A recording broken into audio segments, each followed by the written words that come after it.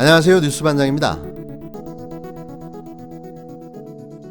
고 박원순 시장에게 성폭력 피해를 당했다고 주장하는 피해 호소인 측 변호인이 13일 기자회견을 열었습니다.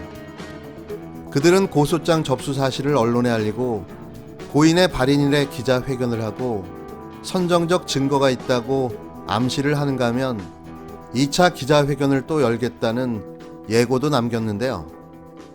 영화를 개봉하기 전 진행되는 언론 프레이와 비슷한 이들의 행태는 흥행몰이와 여론재판을 진행하겠다는 저의를 유감없이 보여줬습니다.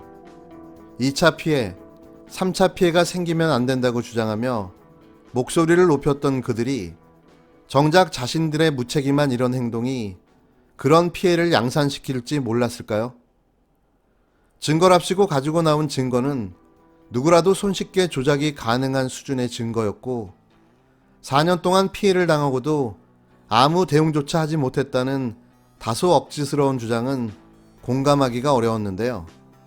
이러한 그들의 행동과 태도는 어떠한 의도를 가지고 벌여왔던 유사한 의혹 사건과 비슷하다는 확증을 지울 수가 없습니다.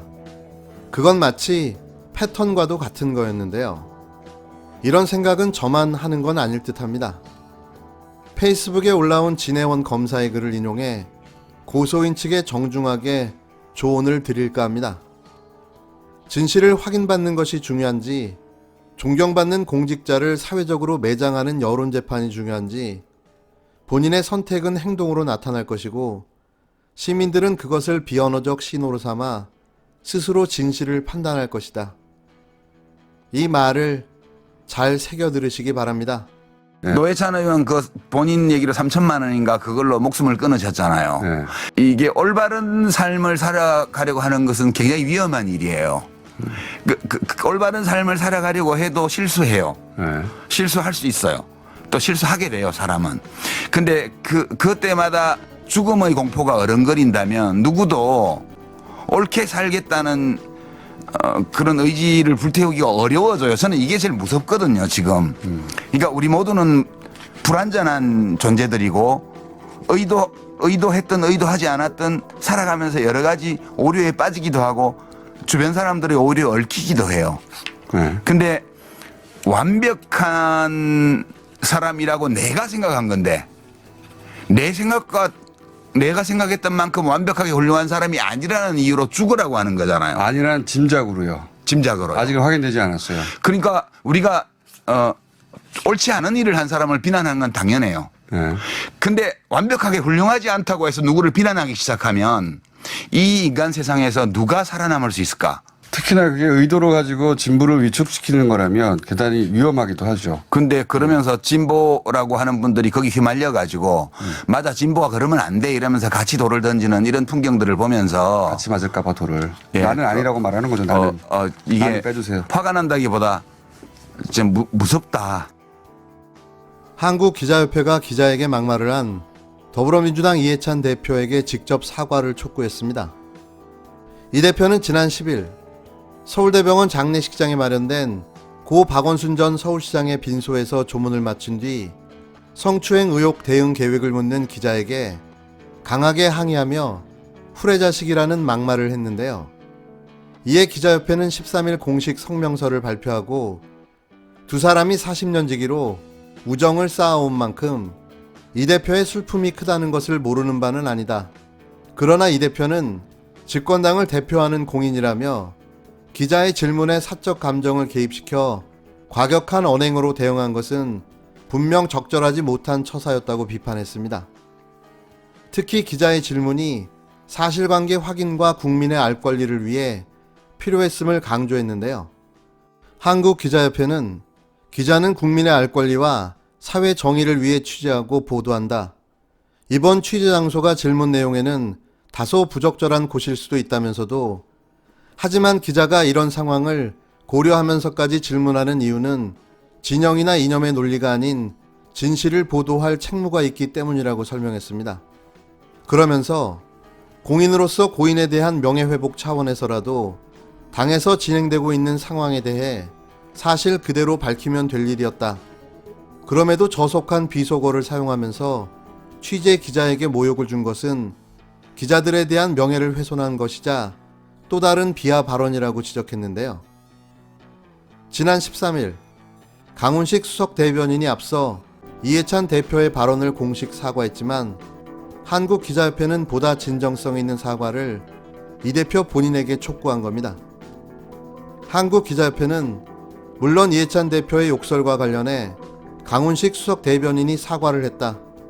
그러나 당대표의 잘못에 수석 대변인이 사과한 것은 진정성이 의심을 받을 수 있다. 따라서 우리는 이해찬 대표의 진심 어린 사과와 결자 해지를 촉구한다고 밝혔는데요. 갑자기 욱하고 올라옵니다. 입에서는 다양한 언어들이 맴돌고 쏟아져 나오고 싶어 하는데요. 정제된 언어로 말하겠습니다. 대한민국 기자 여러분, 너희들부터 사과하시기 바랍니다. 그간 너희가 수없이 써왔던 가짜 찌라시 뉴스들, 그리고 권력과 돈에 머리 숙이며 빨아주던 그 기사들, 독점 하나 특종 하나 건져 조회수와 부수 좀 올려보려는 그 얄팍함, 결국 광고 하나 더 받겠다는 그 몸부림, 여론이랍시고 기자랍시고 그간 너희가 한 악행들 먼저 사과해야 하지 않을까요? 똥통에 들어가 있는 것들이 지푸라기 하나 묻었다고 그리 지저대면 대체 어쩌자는 건가요? 똥통에서 우선 나오고 나서 지져도 지지세요. 고 박원순 서울시장이 13일 오후 고향 선산에 안장돼 영면에 들었습니다. 서울 추모공원에서 화장된 고인의 유해는 이날 오후 5시 30분쯤 그의 고향이자 선영에 있는 경남 창녕군 장마면 장갈이 동장가 마을에 도착했는데요. 화장해서 부모님 산소에 뿌려달라는 그의 유언에 따라 부모 합장묘 인근에 묻혔으며 봉분 없이 표지석만 설치될 계획으로 전해졌습니다. 삼선 시장이던 박 시장이 8년 8개월간 재직하고 가족에게 남긴 재산은 7억 원의 빚이었는데요. 퇴직금은 받지만 공무원 연금은 지급 대상이 아닙니다. 그는 살아생전 각종 기부 활동으로 1989년 이후 사회에 환원한 돈은 32억 원이 넘는 것으로 파악됐는데요.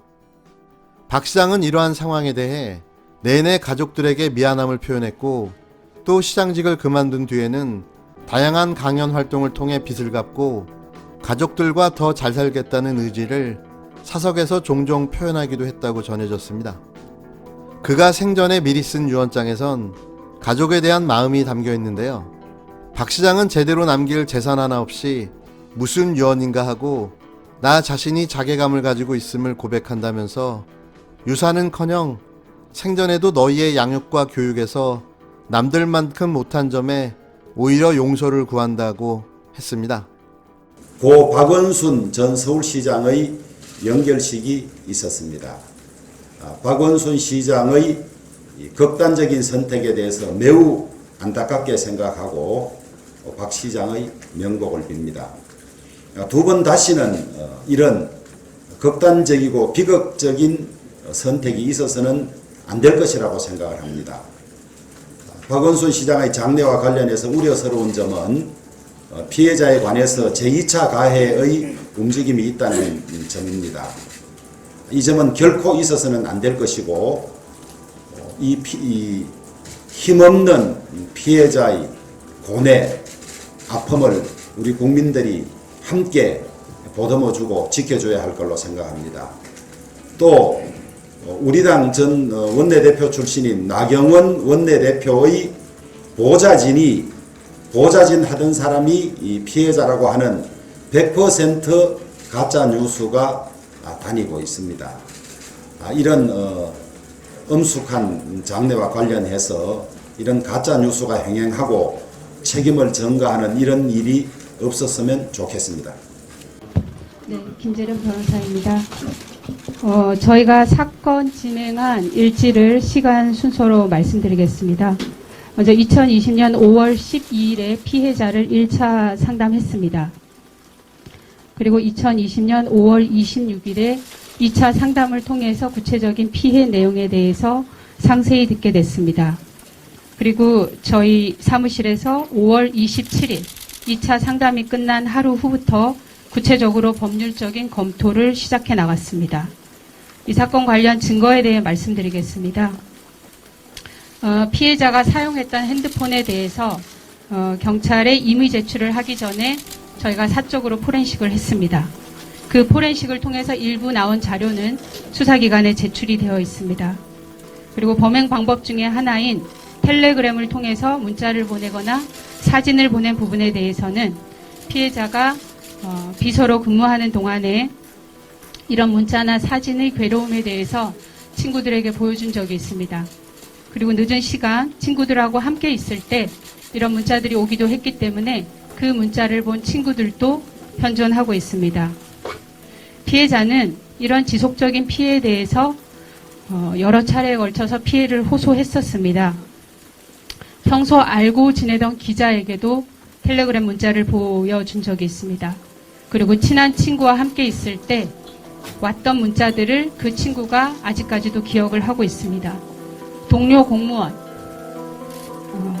전송받은 사진을 본 적이 있습니다.